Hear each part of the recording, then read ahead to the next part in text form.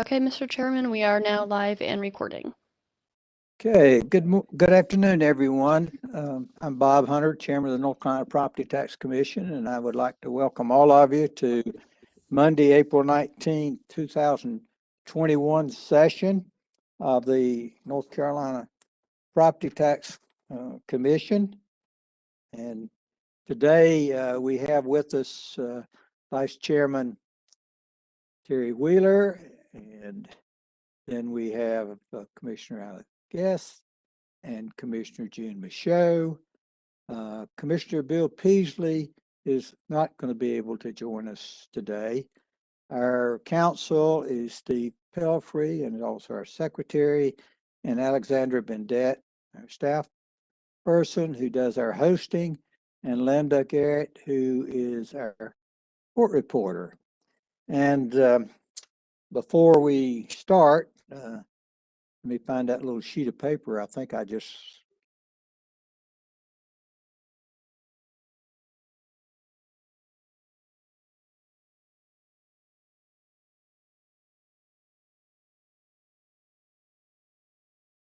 all right.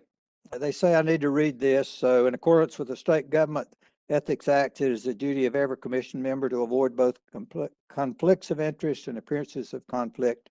Does any commission member have any known conflict of interest or appearance of conflict with respect to any matter coming before the commission today? Hearing none, we will go ahead, and we have 3 matters on the agenda today. We have a case from Forsyth County, and we'll get that'll be a hearing. We'll get to that in just a minute. We have 2 motions to dismiss from Pitt County, EC Leases LLC, 21 Property Tax Commission 0083, and Birdhouse Properties, 21 Property Tax Commission 0084. Mr. Jordan Smith appears to represent Pitt County in both of those cases.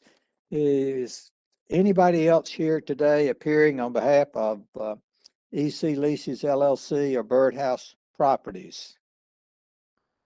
We didn't show anybody online. Ms. Bendette, is there still no one else that would be here for those 2 cases? It does not appear, so I'm sure Steve can confirm this, but we do have another person named Sam Kroom, but I think that he is an assessor for another county. So he's Pitt County, and everybody that is in the attendee list has been identified. None of them is the appellant. Okay. All right. Mr. Smith, we'll hear you. And the first case is EC Leases LLC on your motion to dismiss.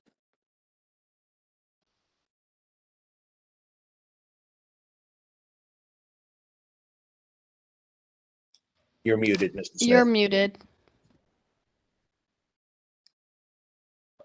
I apologize. Thank you, Mr. Chairman. I was going to offer, if the commission's amenable to it, to consolidate these matters. They're a true mirror facts and law, and I believe the owners of both LLCs they're the same people. But if it's not possible to consolidate them, I'm more than happy to treat them separately. All right. I think we can do that, can't we, Steve? Yes, sir. There's no problem with that.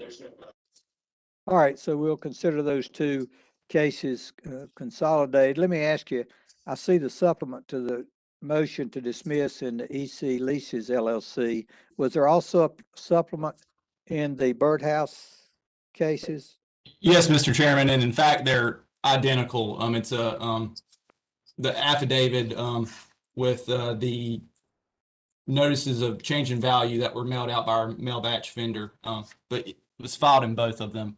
I think the one I'm seeing, I think it has both of them in it, but it's just labeled for EC Leases. So I figured there's probably another one. Okay, go ahead, Mr. Smith. We'll order those 2 cases consolidated, and that's the EC Leases LLC 21 Property Tax Commission 0083 and Birdhouse Properties 21 Property Tax Commission 0084. Thank you, Mr. Chairman. We've moved to dismiss these cases. It's relatively simple. The underlying decision was mailed out on November 12th, 2020, giving the appellant 30 days to appeal to this commission. That's a statutory deadline set by 105-290. This appeal was not filed with the commission until January 29th of 2021, and we believe that the commission lacks jurisdiction to hear untimely appeals. And secondly, we also, the appeal was filed untimely to the local board. And just to walk you through that timeline real briefly, in 2020, Pitt County conducted a countywide reappraisal. Notice of change in values were mailed out by our mail batch vendor. That's evidenced by Exhibit 8 in the supplement. Those were mailed on February 14th of 2020. Pitt County Board of Equalization and Review properly noticed their adjournment date. It was published in the local paper twice. That's evidenced by Exhibit 3 and 4 of the motions to dismiss, an a publisher's affidavit, advertised on, published on May 15th and May 29th of 2020, showing that we would adjourn on June the 11th of 2020. The Board of Equalization and Review did in fact adjourn on June 11th of 2020. Both of these taxpayers first contacted the tax office on August 12th of 2020, so some 2 months afterwards, and through a series of emails, we decided, staff treated that as an appeal, put it on the Board of Equalization Review's agenda for November 9th to consider whether or not they had the ability to hear it or not. They concluded they did not, and so they mailed the decision out on November 12th. That's the decision that's being appealed to you, but we contend that it was untimely to the local board and certainly untimely to the commission.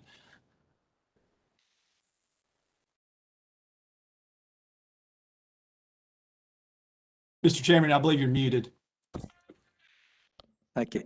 Mr. Pelfrey, you want to advise us on the notice that was sent out to the taxpayers? Yes, Mr. Chairman, by letter dated March 30th, 2021, in each of these matters, the individual who originally filed the appeals on behalf of the LLCs was notified of today's hearing, including the time, the link, and so forth, the manner of the hearing. All right. Do we have questions of Mr. Smith by any commission member? Seeing none, do I have a motion? So moved, Mr. Chairman. All right, Vice Chairman. I think I'm hearing everybody. Vice Chairman Wheeler moves to dismiss both of these cases as for us having lack of jurisdiction. And I think I heard Ms. Michaud as a second. So we'll take that for both of these cases.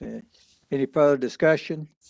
If not, hearing none, all those in favor of granting the motion to dismiss filed by Pitt County and EC Leases LLC 21 Property Tax Commission 0083, please say aye. Aye. Aye. It's unanimous, and all those in favor of granting the motion of Pitt County to dismiss the Birdhouse Properties 21 Property Tax Commission 0084, please say aye. Aye. Aye. Any opposed? There being none, it's unanimous, and both these cases are dismissed. Thank you, Mr. Smith, and have a nice week. Thank you, Mr. Chairman, members of the commission. Thank you. All right, the next item before us is the item from Forsyth County Reinsurance Limited 20 Property Tax Commission 0393. County is represented by Mr. Johnson, and the taxpayer is represented by Mr. Cockeries. Good afternoon to both of you. Nice to Good afternoon. have y'all both back with us. It looks like that this case is here as hearing on whether or not the taxpayer is entitled to an exemption, and I take it there is no issue of valuation. Is that correct? That is correct, Mr. Chairman. All right, then let's have a short opening from each of you. Mr. Cockeries? Mr. Chairman, I will tell you that the parties have agreed to hear this case on affidavits and argument of counsel. So I don't know that an opening really is necessary. I'm happy to give a very brief one, but I think it probably makes sense just to get on with it if you want me to. All right, is that okay with you, Mr. Johnson? Sure, The way I could give a, Okay, I'm sorry, can you hear me? yeah. Mr. Chairman, I could give a very brief introduction, no more than 30 seconds if you wanted me to. All right, go ahead. May help us. Sure. The county disagrees that this firm is eligible for an exemption or an exclusion under the Machinery Act. Can you see me? There we go. The county disagrees that this firm is eligible for an exemption or an exclusion under the Machinery Act. We believe this is a commercial type arrangement. This firm provides insurance-like products or reinsurance-like products to member pools. And those member pools are funded by customers that pay premiums across the nation. So we're going to respectfully request that that the commission find that this property is not eligible for an exclusion as charitable use. And we also respectfully request that this commission find that this company is not an agency of the government. All right, Mr. Cockeries, we'll hear from you at this time. Thank you, Mr. Chairman, members of the commission. I appreciate the opportunity to appear before you today and you to take the time to hear this case. This is our first virtual hearing, so if we are step on anybody's toes, I hope you will raise your hand and let us know, and we'll try to correct that. Since you're virtual, Mr. Cockeries, that would be very hard to do since you're virtual today. Very good, very good. For purposes of the record, my name is John Cockeries with the law firm of Bell, Davis & Pitt, and as the chairman said, I'm here to represent County Reinsurance, the property owner in this case. Along with me, out of view screen at this point in time, is Justin Hardy, my partner. He may appear at a later point in time. The property involved is building and land located in Clemens, North Carolina. Nothing spectacular about that. And as the chairman mentioned, we're not arguing about value here. We're simply arguing about whether this property is exempt under one or both of two different exemption statutes, the specifics of which I'll speak to in a minute. And as I mentioned, and for the record, the parties have agreed to hear this case based on affidavits that each side will submit and arguments of counsel. With respect. Let's go ahead, Mr. Cockeries, and consider all the exhibits to be admitted for both sides. Okay, very good. As a point of reference for members of the commission, in our notebook, if you have that in front of us, in the very front of that is the pre-hearing order that the parties signed and has, among other things, the joint stipulations, which I'll speak to in a minute. But more to the point, it has the taxpayers' exhibits. If you would turn to Exhibit 1, just for an example, we have, as we lawyers call it, bait stamped each of our pages. So if you look up in the upper left-hand corner of that first page after the tab Exhibit 1, you should see a 002. That's the page number. So as I go through this notebook, I will on occasion reference a page number to help you get oriented to where I am. So as I mentioned, we are arguing that this property is exempt. We are arguing that it is exempt under one or both of two statutes. The first statute is 105-278.1. This statute provides that it's titled Exemption for Real and Personal Property Owned by Units of Government. And if you would turn to Exhibit 1 and page 003, you will see a copy, Exhibit 2, I'm sorry. and page 007. You will see a copy of that statute, that is 105-278.1, and you will see that it provides that in the highlighted portion, real and personal property belonging to the state, counties, and municipalities is exempt from taxation. And then subparagraph C also provides, for purposes of this section, subparagraph 1 says, a specified unit of government, federal, state, or local, includes its departments, institutions, and agencies. We are also asking that this, or stating that this property is exempt under another statute, which is essentially the charitable statute.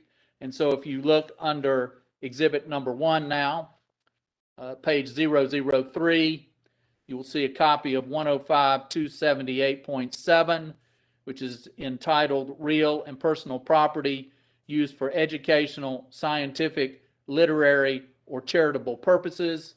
We're not concerned with the educational, scientific, or literary exemption. We're merely concerned with the charitable exemption. And you will see that subparagraph A of that statute provides that buildings, the land they occupy, and additional adjacent land as necessary shall be exempt from taxation if wholly owned by an agency listed in subsection C below, and if, under subparagraph A, wholly and exclusively used by the owner for nonprofit, in this case, charitable purposes. And just to round that out, subparagraph C, which was referenced as part of that, if you look below, it includes among those entities which are potentially exempt if the property is used for their exempt purpose, a charitable association or institution. So with respect to this particular statute, it is our contention that, number one, County Reinsurance LLC is a charitable institution, and number two, that the property is used wholly and exclusively for its charitable purpose. And I don't think there's any question that the property is used for the purpose for which County Reinsurance was formed. I think the county's position would be that purpose is not charitable. I don't think there's any question about the wholly or exclusively used. So the facts, I think, are important in this case. And so, again, we're not having any witness testimony. So if you'll forgive me, I will read some facts into the record. First of all, I would go to the first page of the pre-hearing order, which is the very first page in our notebook. The order on pre-hearing, final pre-hearing conference, and subparagraph 1 of that order says, the parties stipulate that the appeal was timely filed, that all parties are properly before the commission, and the commission has jurisdiction. Then I would ask you to turn to the third page of the pre-hearing order, which should be Exhibit S1 at the top. These are the joint stipulations of the parties. Obviously joint meaning the county and the taxpayer have agreed to them. And for the purposes of the record, I'd like to read those in. Taxpayer is the owner of the property under appeal located in Forsyth County, North Carolina, with certain tax ID numbers assigned, which I will not reference. Number 2, taxpayer is a Vermont corporation, the income of which is excluded from gross income under Section 115 of the Internal Revenue Code. Joint stipulation number 3, taxpayer is wholly owned by 28 self-insurance pools. Membership of each of these self-insurance pools is made up entirely of local government members.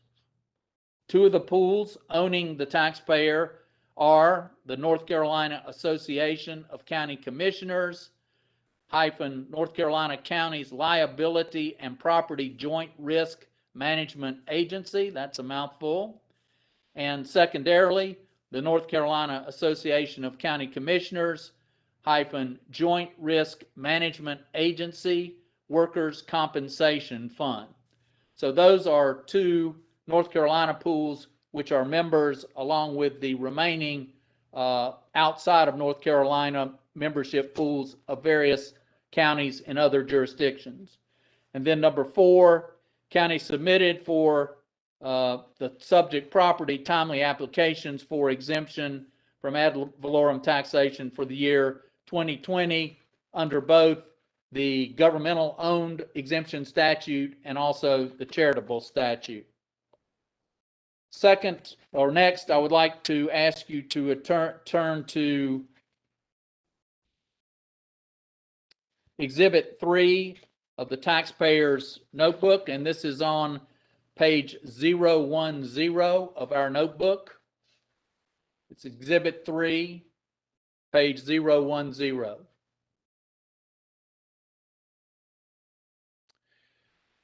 Hopefully all of you have been able to get there to that. You will see that this is the affidavit of Philip Bell.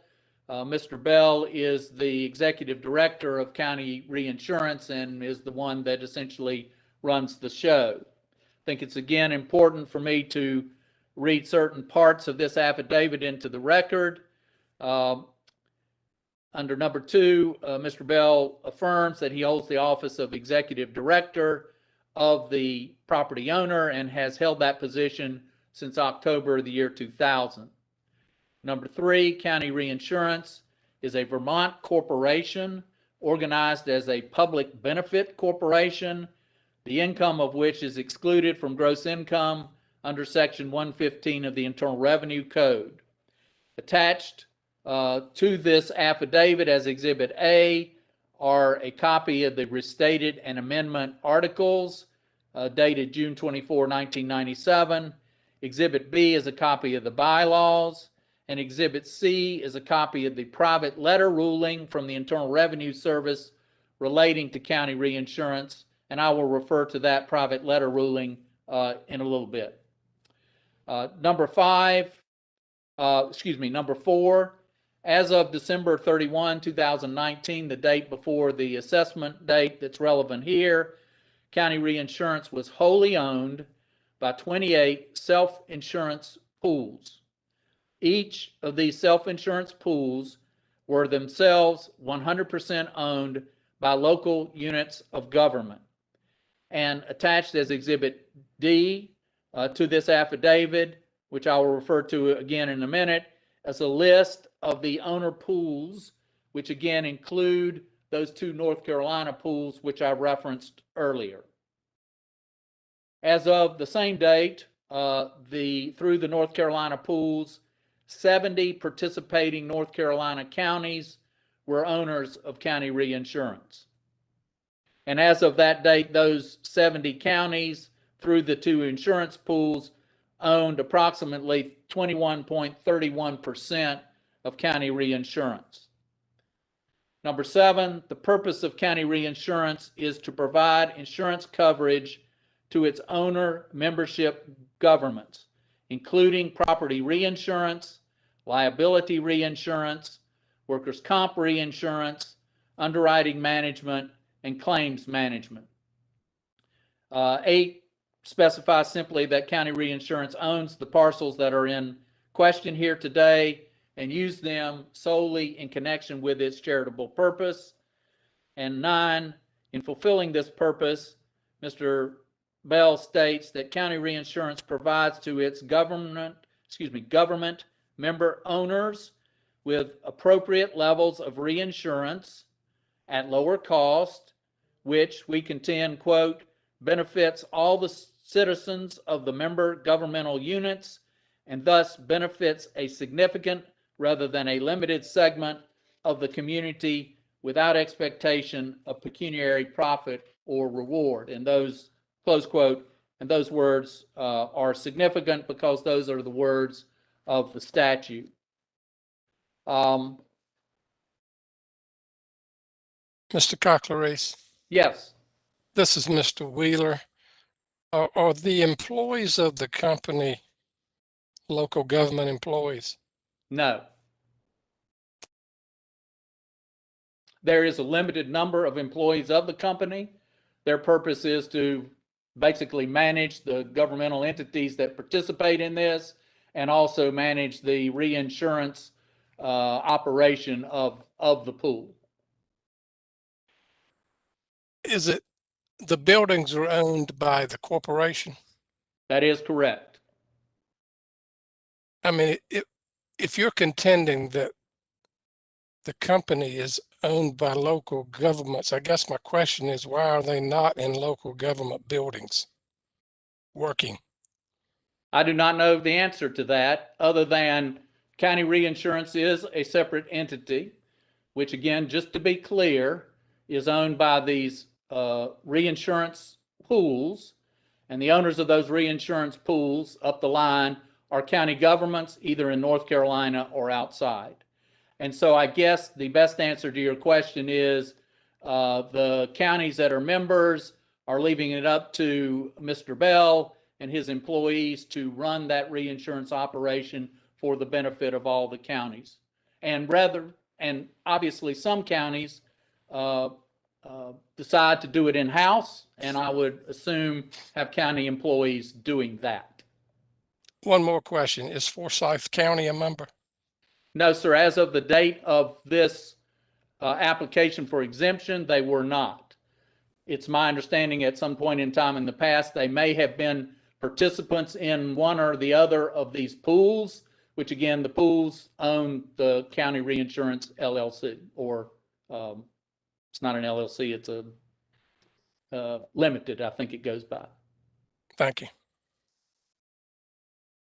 All right, Mr. Cockery. So if I could, I'd like to ask you to turn to, this is Exhibit C to the affidavit, which is at page 051 of our materials. And this is the IRS exemption letter. And I think it's important that I sort of read certain portions of this exemption letter into the record, because when we come down to a question of whether on the charitable side this is a charitable use or thing, it's the best recitation of what this company actually does is in this IRS exemption letter, where they did grant nonprofit status to the company. And I'm looking under the facts. This is on page 1 of the exemption letter at page 051. And it says the company provides a pooling network for participating risk-sharing pools of political subdivisions of various states. Many states, counties, municipalities, and other political subdivisions have used risk-sharing pools for self-insurance. These risk-sharing pools often cover only a portion of each member's losses.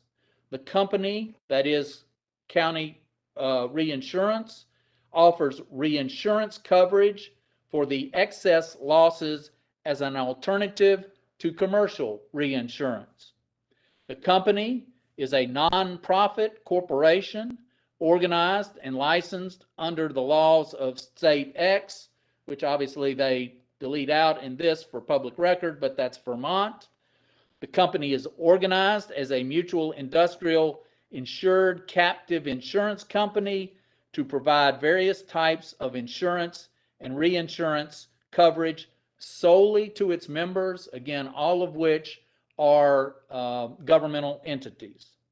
In the next paragraph, it says that under the bylaws of the company, membership is limited to non-profit risk-sharing pools of political subdivisions of states, all of the income of which is excludable under Section 115 of the Internal Revenue Code, and that are authorized by a state association or a risk-sharing pool affiliated with a state association to participate in the company. And then if I could ask you to turn over to the next page, which is page 052, and I'm looking at the second full paragraph on that page that starts, the company provides automobile liability, general and product liability, workers' compensation, property liability, law enforcement liability, public official / errors and omission coverage for its members. The company's operations are limited to insuring or reinsuring losses in its member pools. The company's income is used to pay reinsurance claims, expenses associated with such claims, and expenses of administration of the company. And then the next paragraph, the company's surplus is provided by member pools. Upon becoming a member of the company, each member pool contributes an amount equal to a percentage of the actuarially determined net reinsurance premium that will be charged to the member pool under the agreement between the member pool and the company for the ensuing policy year.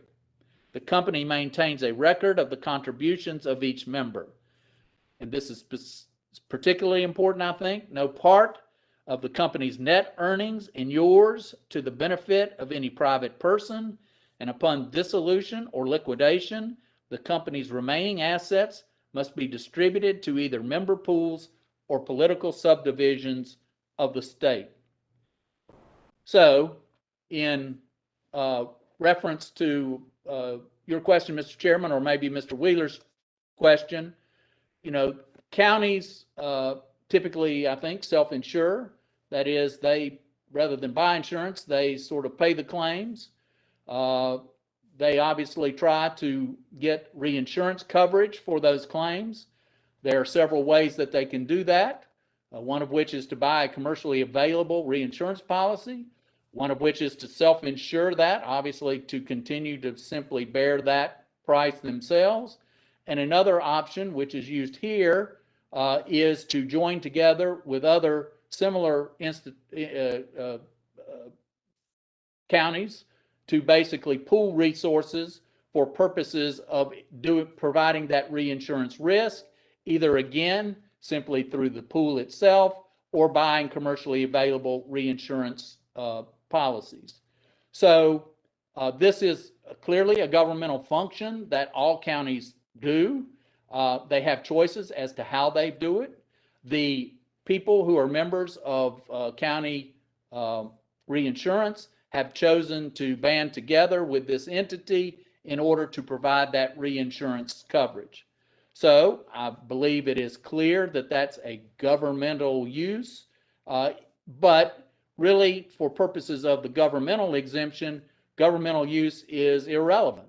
If the property is owned by a governmental organization, then it's exempt. Unlike the charitable statute, which requires charitable ownership and also use in connection with its charitable purpose, the governmental ownership exemption only requires that it be owned by governmental units. And in this case, I don't think it is, in our view, it's clear and really uncontroverted that the ultimate owners of this property are governmental units. And therefore, for purposes of the governmental ownership statute, it is exempt. Again, just to be clear, you've got a sort of tiered structure here. At the bottom is county reinsurance, which owns the property. Above that are its members, which are various reinsurance pools, either in North Carolina or other states. And above that are the various governmental units that actually own those insurance pools. So indirectly, this property is owned by those governmental units. And in particular, you know, there are, as the affidavit states, there are at least 70 North Carolina counties that are participating in this endeavor, and two of the insurance pools that own county reinsurance are North Carolina reinsurance or insurance pools. So I'd like to talk a minute about the case law, just in case there's any question about whether this tiered arrangement makes any difference in terms of the ownership requirement. I think the commission probably is familiar with the seminal case in this regard, which is the Appalachian Student Housing Corporation case. Excuse me just a minute. And in that particular case, the owner of the property was Appalachian Student Housing Corporation. That corporation was a nonprofit corporation.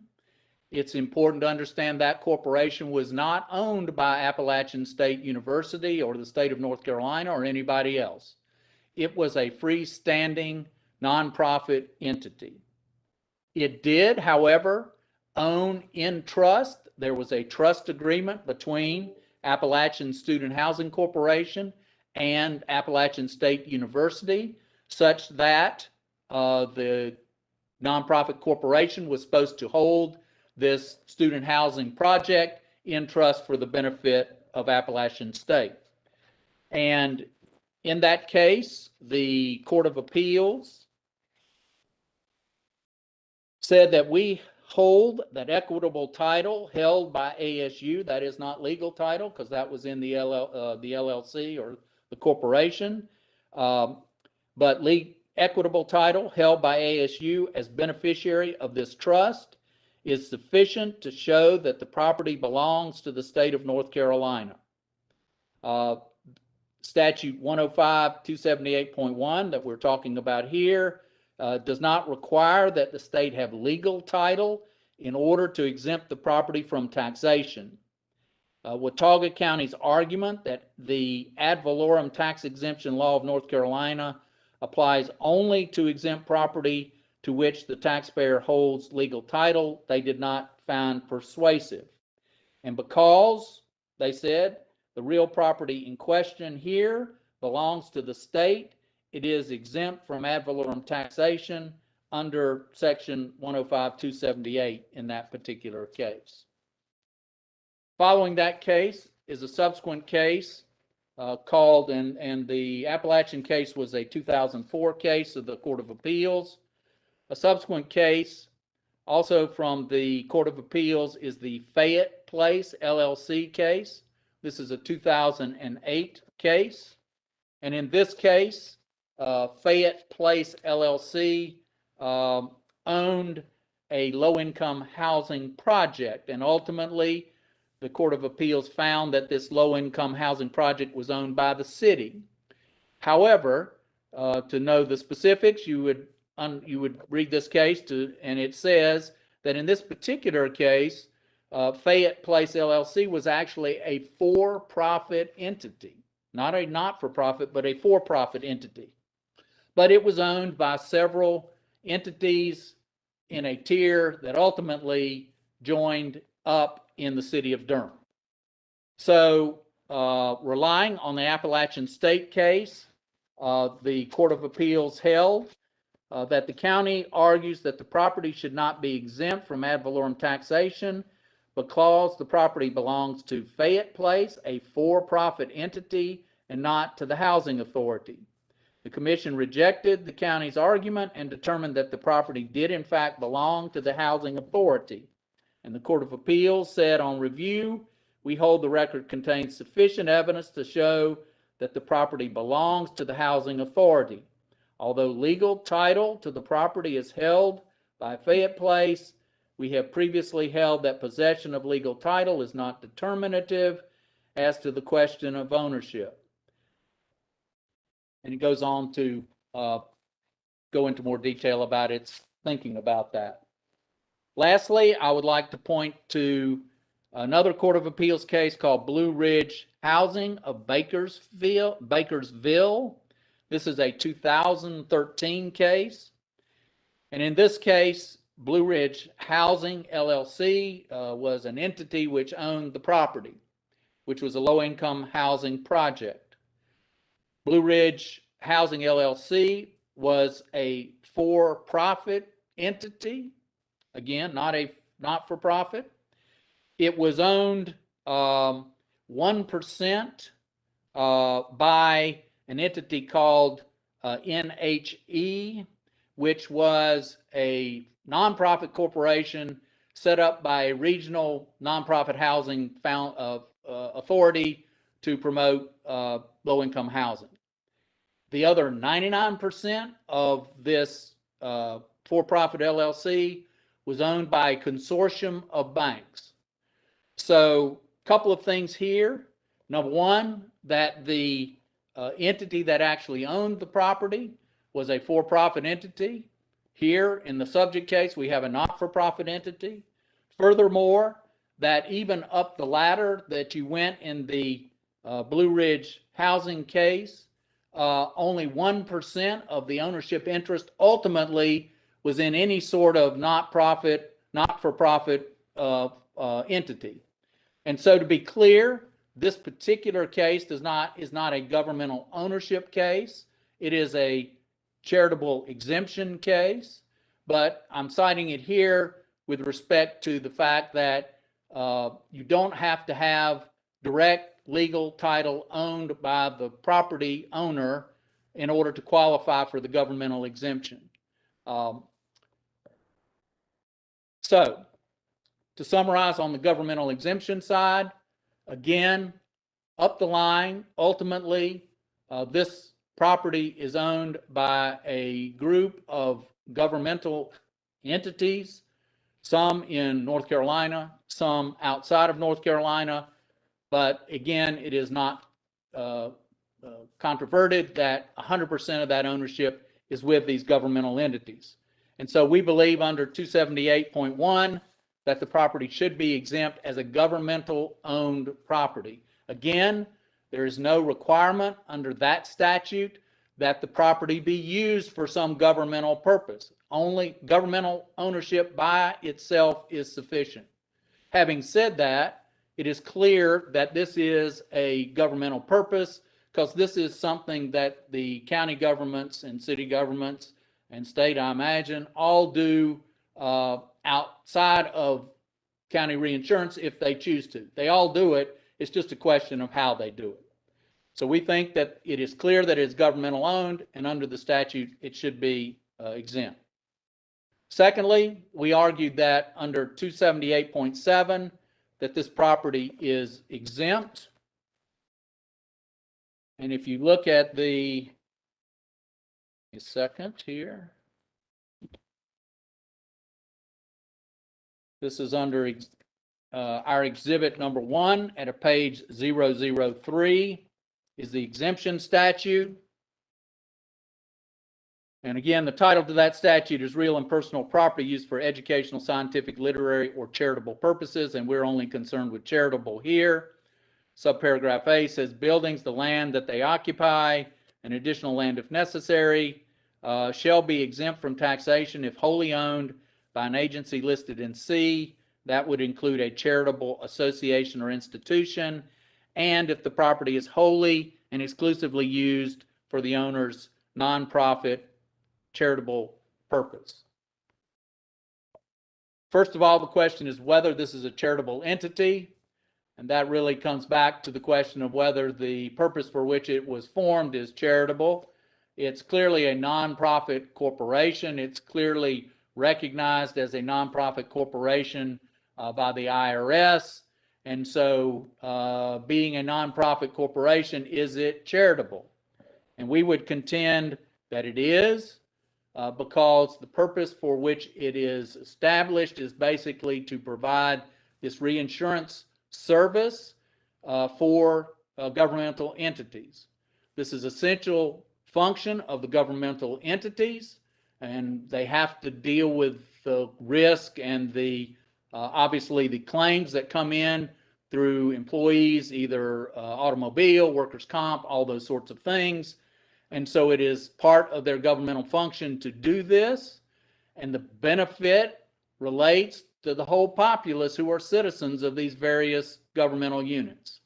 And so we would conclude that since it is an inherent function of the government that inherently benefits all the citizens of the various governmental units who are members of this organization, that it is clearly exempt. I would point out to you that also under, excuse me just a minute.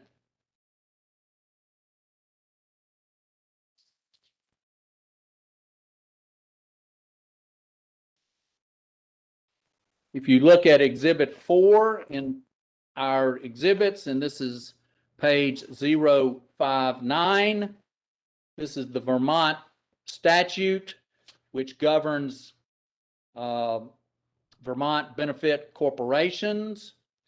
And about 3/4 of the way down the page, in the definitions section, number 4, it talks about a general public benefit, means a material positive impact on society and the environment. And this particular statute requires certain verifiable means of measuring that. So it says through, as measured by a third-party standard, through activities that promote some combination of specific public benefits. So this entity, again, was set up specifically and as required by statute to benefit the public. It's clear that this insurance operation is something necessary for governmental entities. By a very definition, if it's necessary for governmental entities, it is benefiting the population at large. So we would contend that also this particular piece of property is exempt under the charitable statute because it is both owned by a nonprofit entity and used for its charitable purpose. And we contend the purpose of this insurance is charitable. That's the end of my argument. I'd be happy to address any questions. All right, Mr. Guest. Mr. Cockleroos, thank you for your time. Couple of questions for you. Is there anything in the statute 105-278.1 or 105-278.7 that would specify that the members to be exempt would have to be 100% located in North Carolina? No, sir. I don't believe either of the statutes requires that. When you see the 278.1, which is the governmental ownership statute, it says belongs to the initial cap state. Well, that's obviously a reference to North Carolina state, not all the states. But with respect to counties and municipalities, there is no capitalization of the C or the M. So I would submit that it applies to any county or any municipality. Thank you. My next question is there anything in either statute that requires the entity, the nonprofit, to have been formed in North Carolina? No, I do not believe so. I think the answer to that question with respect to the governmental ownership is the same as I said before. There's no specific reference that limits the governmental ownership to only North Carolina related entities. With respect to the charitable statute, additionally, there's nothing in there that says that for there to be for property to be exempt in North Carolina, it's only exempt if it's only owned by a North Carolina formed corporation. There are lots of charitable organizations that are not formed in North Carolina that obviously do business in North Carolina. I think that they satisfy the exemption statute, and I don't believe the counties contest them, obviously where it's clear they're charitable and it's clear they're using the property for charitable purposes. Okay, 2 more items. Sure. You indicated that if the legal entity were to dissolve, that upon dissolution, no individual would benefit, that the assets of the entity upon liquidation would be distributed back out to the members, of which I believe you said there are currently 70 North Carolina counties or members. Is that correct? As of the date of the filing of the exemption application, there were 70 counties that were participants, yes. Okay, and my understanding of the dissolution is correct. Yes. So all the members, be they in North Carolina or outside, would participate on a proportionate basis, I assume based on their membership percentage in the total in terms of receiving whatever was left over after liquidation of assets and payment of other liabilities. Okay, and my final question is, out of the 70 North Carolina counties that are members, are you aware of any other counties that are currently taxing real or personal property or appealing taxation of real or personal property for the entity. Well, so the only real property that the entity owns happens to be in Forsyth County. So the issue has not come up in any other county. Thank you. All right, unless someone else has a question, we'll hear from Mr. Johnson. Wait a minute, Vice Chairman Wheeler, excuse me. Mr. Cocklery, there are other counties. Did you say there are other counties who have risk-sharing pools? Yes, I believe so. I mean, I believe that every county must deal with its possible liability in some fashion. Some of them, I imagine, self-insure if they feel like they're big enough and can take that hit. I'm sure others may be involved in risk-sharing pools that may not be related to our situation here, or others may be involved, as I say, in our particular situation here. But I think I read where like 21% of the company is North Carolina counties. That is correct. So as of the December 31 date before the valuation date, the two North Carolina insurance pools that were members of County Reinsurance, representing the 70 counties total in North Carolina, represented a 21-point-something% interest in the whole thing. All right, thank you. Okay, I don't see another one. Mr. Johnson. Sure, and just as a disclaimer, I am currently sitting about 30 feet from the future Forsyth County Courthouse, where they're apparently jackhammering something. So if you see me shaking, it's because there's a construction project that they seemingly started this afternoon. So I wanted to start with just trying to hit some of the questions that Mr. Vice Chairman Wheeler and Mr. Chairman Guess asked. Try to give you the county's take on some of those questions, so I focus on what's important to the commission. But Mr. Wheeler was appearing to ask why this county government, or this entity made up, according to them, is made up of county governments, is not staffed by local government entities, and why title isn't held by the local government entities. That's a question we had as well. In fact, if you look at the statute that applies to a joint undertaking for interlocal cooperations amongst the counties, and you look at 160A-462, that's in your packet on page 5, it specifically says that legal title to all real property necessary for an undertaking shall be held by the participating units individually or jointly as tenants in common in such manner and proportion as they may determine. That's again, that's 160A-462. And the personnel also have to be appointed by the commission, by the local government units. If I could jump over to Mr. Guess's line of questioning. We disagree with the taxpayer's position that 278.1 applies to local governments of other state units, and I'll go into the detail with that. But it appears, just the literal reading of the statute, that that statute is North Carolina specific. We're not going to rest on a technical argument, but we do feel like we have to raise that. I guess I'll go ahead and jump into my presentation. So as I said in my introduction, Forsyth County disagrees that this firm has or can meet its burden of establishing that it is eligible for an exemption or an exclusion under the Machinery Act.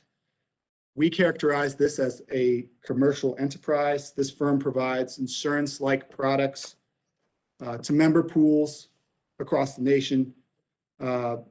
Those customers across the nation pay premiums. So we respectfully request that the commission find that this property is not being used as a charitable purpose. And for 3 reasons, we request that it not be considered an agency of the government. First, the statute that they rely on doesn't clearly apply to local governments of states. Pass-through ownership shouldn't be imputed to this company. The members of the member pools of this company, which are shareholders, should not equate the members of the pools themselves. That's more of a commercial relationship. And finally, this company is not following rules and regulations that would be applicable to it if it really were a government entity. So I have to start with the burden of proof. Well, I guess, Mr. Hunter, or Chairman Hunter, did you admit all the documents for both sides? I did. Okay. So I guess to save time, I will very quickly run through this. I don't expect you to be able to keep pace with me as I run through it, but just so we have a reference to them in the record. We included an affidavit from the Forsyth County tax assessor and collector on page 7 of your packet. That verifies some of the key facts and documents that we were going to rely on today. It's not necessarily to brief out our case, but it is to provide some of the core documents that we rely on. We included the tax cards and the deeds. The main purpose of that is just to give this commission a picture of what we're talking about. We're talking about office space in an office park in Clemens, North Carolina, which is a satellite of Winston-Salem to its west. The property, the appellant applied for an exemption in January of 2020. According to its application, it's using this property for the administrative activities of this company. We also included the private letter ruling, which Mr. Cocklereese talked about, and county reinsurance's bylaws. We did a small amount of independent research. That included looking at the services that the appellant advertises on its website. Those are in Exhibit F. And we also tried to figure out if this company was registered with the North Carolina Secretary of State and determined that it's not. Finally, we did request and receive some admissions from the taxpayer. Those are on page 79, which is document 4 of my packet. So other than state laws, I think I've hit on all the documents we're going to rely on. So starting with the burden of proof, I included in your packet North Carolina General Statute 105-274.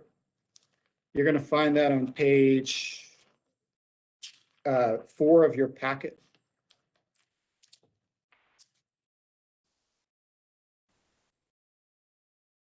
So I included the statute for 2 reasons. The first of which is it stands for the general proposition that all property in North Carolina is subject to taxation unless it's specifically included. But Section B has some very specific language, which I think is relevant to this appeal.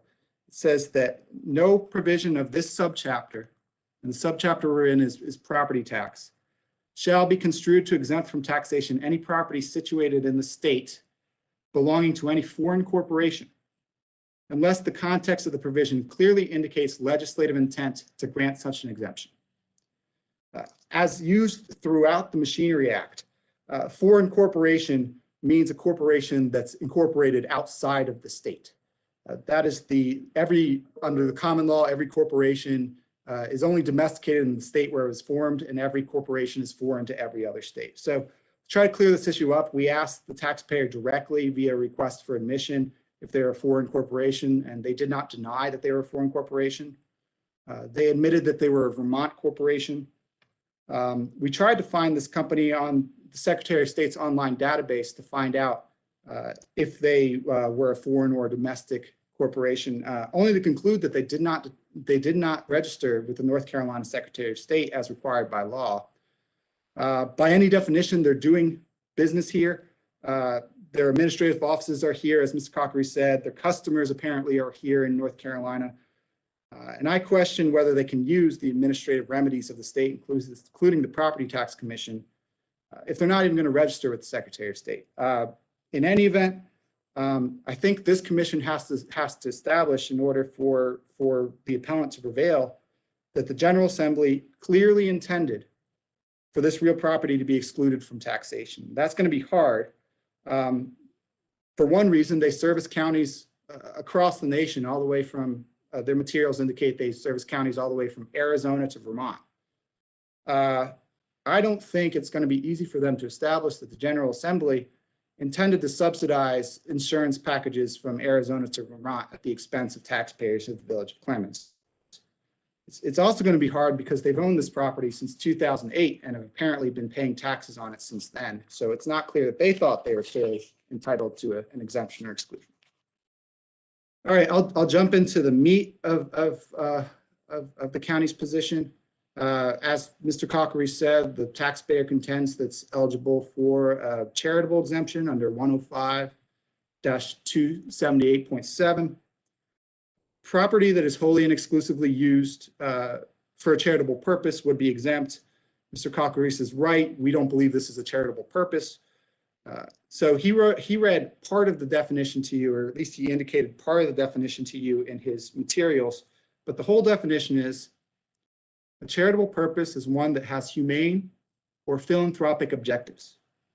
Is an activity that benefits humanity or a significant rather than a limited segment of the community without expectation of pecuniary profit or reward.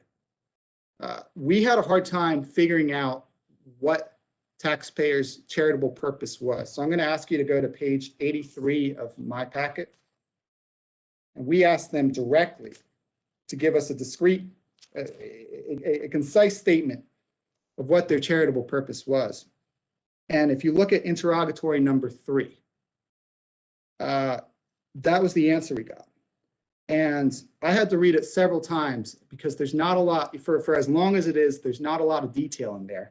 And finally, I think the only discrete answer they gave is that second to last sentence in the answer where they say owner government units gain greater budgetary flexibility towards other government functions.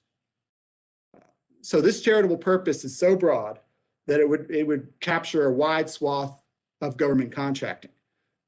As this commission knows, there are firms that specialize in mass appraisal.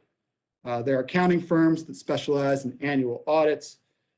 There are firms that specialize in local government administration. These all in the abstract hopefully in reality, save local governments money and free up money for the budget. That does not make them philanthropic. That does not mean they have a charitable or a humane or a philanthropic purpose. The services that this company actually advertises on its website and the services that they've asserted they provide in their affidavit are liability reinsurance, property reinsurance, underwriting services, and other products that are insurance type products. I don't believe in any other context that these type of products would be considered humane, charitable, or philanthropic. These products are further for the benefit of their premium paying members. So I included in my packet the bylaws of this company. If you go to page 38, you can see in the bylaws, the very first page, they've defined the concept of annual premium. And if you go to page 57, you can see that the board of this County Reinsurance Limited gets to set annual premiums at the beginning of every, from time to time as they may determine. These premiums have to be passed through to their end users, the customers, which are the county governments. In researching this case, I found an opinion of the Attorney General, which is applicable, that unions, economic or employment unions, are not charitable purposes under 105-287.7. And in reasoning the case out, the Attorney General said the main purpose of a union was to serve the economic interests of members who paid dues and were entitled to the benefits they received. That same analysis applies in this case. These are members who pay dues and are entitled to benefits they receive thereby. So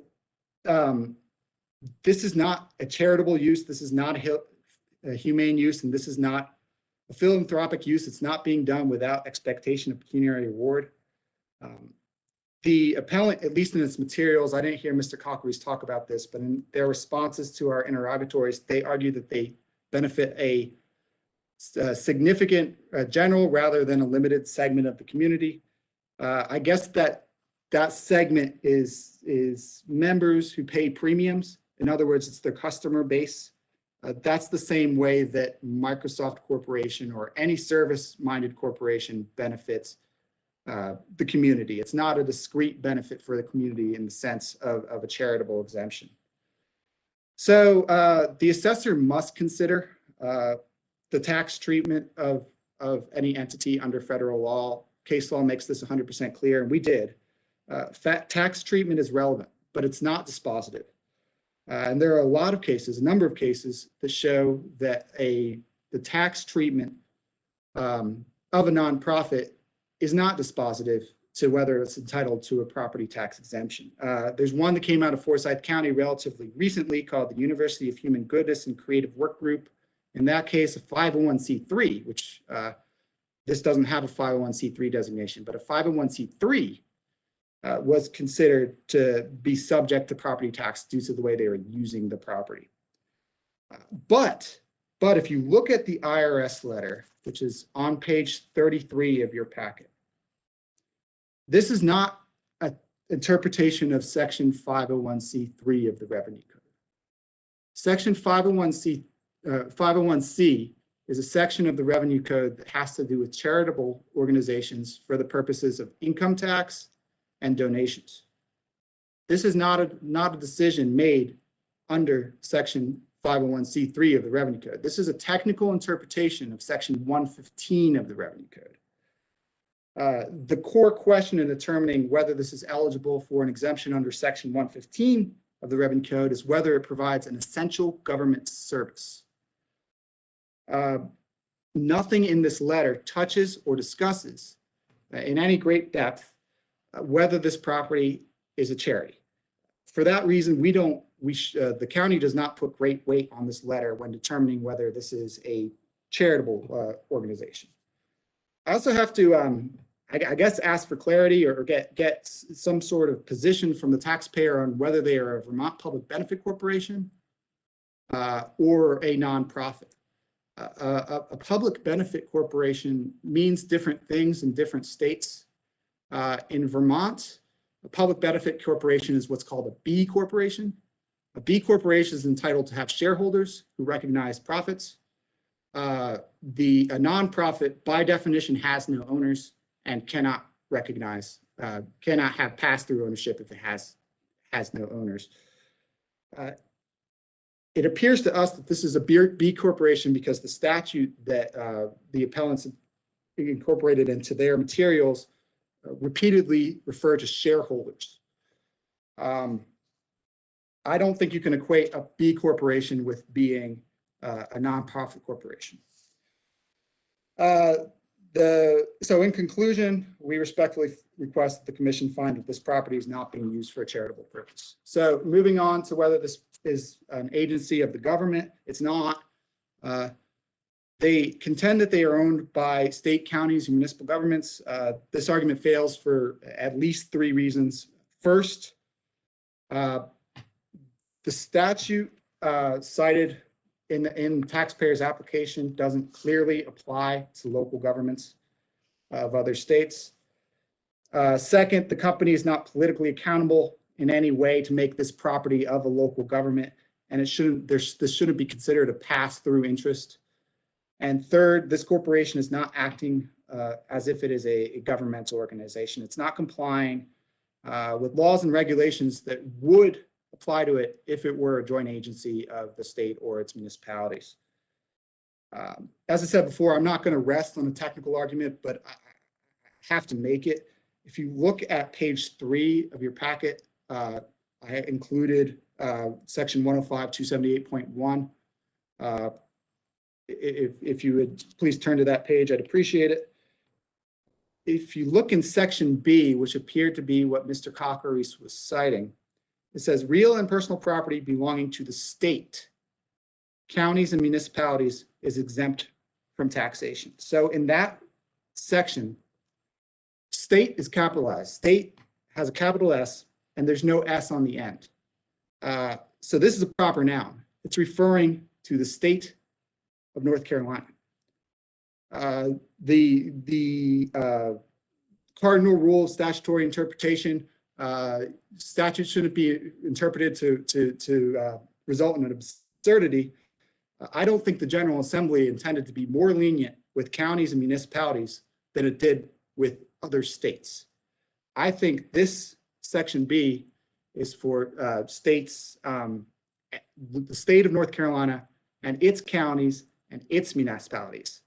I'll put aside for a moment whether ownership should really be imputed to the local governments, but I have to note 20% of these members are apparently in North Carolina pools.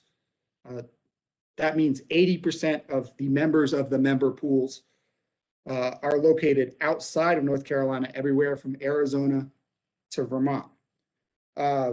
This is not property belonging to the state. It's not property belonging to its political subdivisions.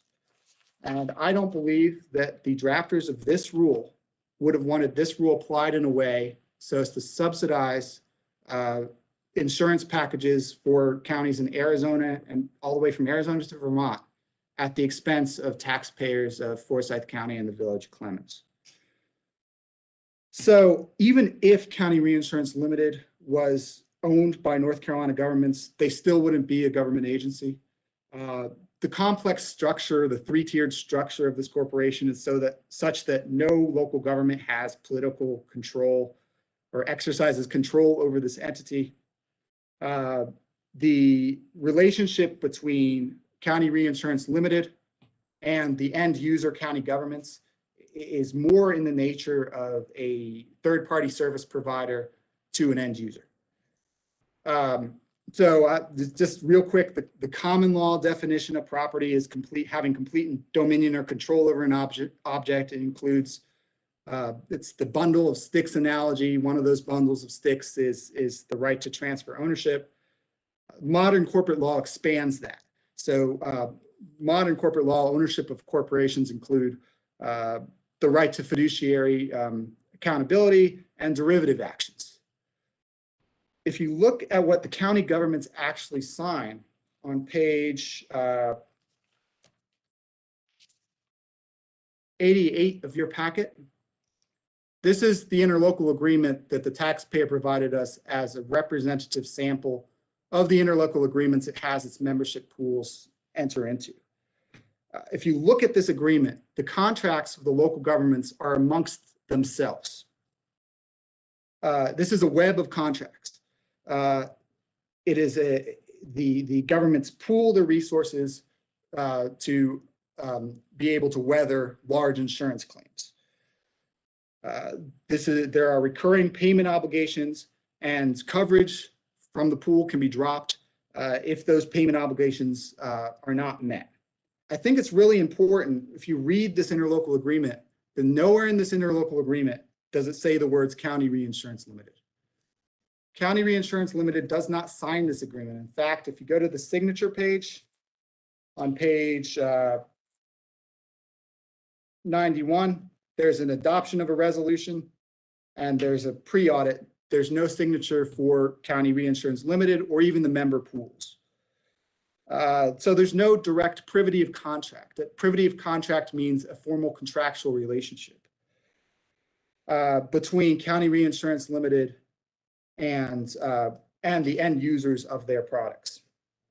There is no notice in this interlocal agreement that local governments are taking possession of real property. It's almost axiomatic that the state and its subdivisions can't be deeded or can't be gifted property. And nothing in this interlocal agreement shows that tells these organizations that, hey, you're obtaining pass-through property from our parent organization. If you do the math, I think appellant represented that 20% or so of its pools were located here in North Carolina. That's spread across 70 member pools. That means that each pool makes up about 3/1000ths of a share. No no one local government exercises any effective control over the day-to-day operations of this company. Further, there's no direct ownership in the parent, and there's no right to derivative action against this company. Mr. Hardy, I'm sorry, Mr. Cockeries was kind enough to include in the packet Vermont's statutes on public benefit corporations. And in Vermont's statutes for public benefit corporations, there is a right of action, a shareholder right of action against the company. That shareholder right of action, it's in 21.13, does not extend to units smaller than the shareholder. There is no right for a local government to bring an action against the corporation to try to change or try to control the corporation through corporate methods. If a local government is unhappy with this arrangement, their remedy is to leave. It's a commercial type arrangement. Their remedy is to discontinue the service. As Mr. Cockeries mentioned, Forsyth County was once a member of this organization. They switched to a competitor. They are no longer a member of this organization. So this is a commercial type relationship akin to a third-party service provider to a customer, and ownership should not be imputed to the local government. So even this company seemingly wants to be the government when it suits them, but it's not acting like it's a government agency. There are a lot of rules and regulations that come with being the government. I'm not going to, I couldn't go into all of them, but I'll just mention a couple and go into one in some detail. If this company is really the alter ego of counties nationwide, if they really are the collective consciousness of counties nationwide, then public records laws should apply to them.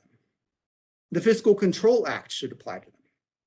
Until very recently, the State Personnel Act should apply to them. Nothing in the record indicates this company is complying with regulations on state agencies or local government agencies. So North Carolina is a Dillon's rule state. And what Dillon's rule says is that local governments, whether they're counties or municipalities or special use districts, are not only have the powers that the General Assembly specifically grants to them and powers that are clearly incidental thereto. So a North Carolina municipality or county goes around its day-to-day life on a leash. They have to refer to the General Assembly's statutes to undertake any action. So North Carolina municipalities are permitted to create joint agencies create a legally distinct, separate body corporate, separate political entity. If you go to page 5 of your packet, I included in your packet the statute on interlocal cooperation. And I believe I hit this early on in the hearing, but I'll hit it again. Joint agencies are allowed under 168-462. However, legal title to the property held by the joint undertaking shall be held by the participating units individually or jointly as tenants in common in such manner and proportion as they may determine. So to jump to page 25 of my packet, we included the deeds to this property. This property, title to this property is held by County Reinsurance Limited, a Vermont corporation. This property is titled to an out-of-state corporation. It's not titled to 1 or 3 1,000ths Orange County, 3 1,000ths New Brunswick County. It's titled to an out-of-state corporation. Interlocal agreements alone cannot establish a standalone entity. Interlocal agreements alone cannot incorporate a company. To create a new standalone company, interlocal agreements, you'd have to create a joint agency. You can't merely just have a web of contracts. If you entered into a contract with your neighbor on the left of you and a neighbor on the right of you, you have not just created a corporation. That requires a formal act, and it doesn't create a standalone corporation. Finally, I may have hit on this a couple times. There is absolutely no privity of contract between any local government, at least in the record. There is no privity of contract between any local government and County Reinsurance Limited. The contracts themselves are amongst the local governments. It even appears that County Reinsurance Limited has gone through great lengths to avoid being contractually liable to the individuals that today it's claiming own it. They're not registered with the Secretary of State, which means that it would be hard for them to be sued here. They're not maintaining a registered agent for service of process. This is despite the fact that apparently their end users are here and their administrative offices are here. So I think Mr. Cockeries relied on the IRS letter primarily for the charitable purpose. I'll just hit on it very briefly. Mr. Cockeries, it's on page 33. Mr. Cockeries noted there's a legend at the top. And if you look at this legend, you can see that the company equals County Reinsurance Limited and the state X equals Vermont. Seeing as this is a typewritten document, I think this is part of the original document. And I think to some extent, this is a form letter.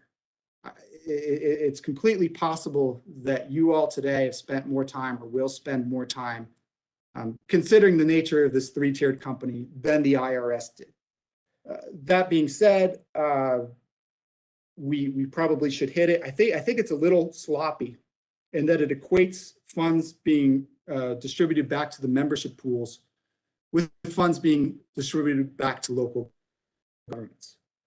As Mr. Cockeries, the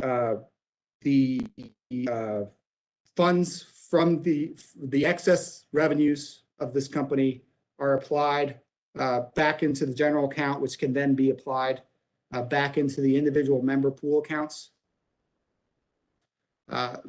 Members can be terminated, can be discontinued at the end of any relevant period, both under the interlocal agreement and under the bylaws. Also, this letter really doesn't grapple with the fee structure of this organization.